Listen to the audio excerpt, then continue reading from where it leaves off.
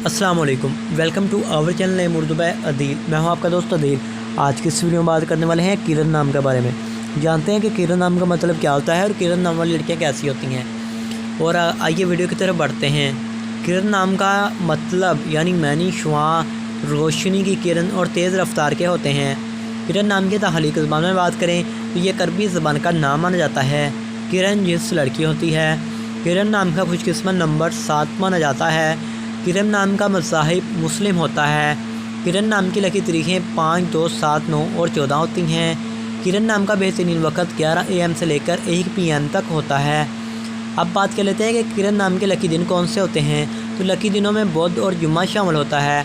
अब बात करें कि इस नाम वाले व्यक्ति यानी इस नाम वाले लड़के किस तरह के होंगे।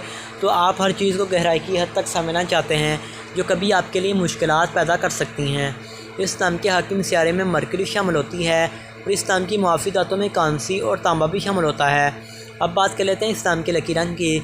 लकी रंग में सब्ज़ और पीला रंग शामिल होते हैं। इस नाम के मुआफ़ी पत्थर में फ़िरोज़ी पत्थर, यमनी पत्थर, हयातैन पी, मोती और सफ़ेद नीलम पत्थर शामिल होते हैं। तो उम्मीद करते हैं कि आज की इस वीडियो को आप लाइक ज़रूर कर दें।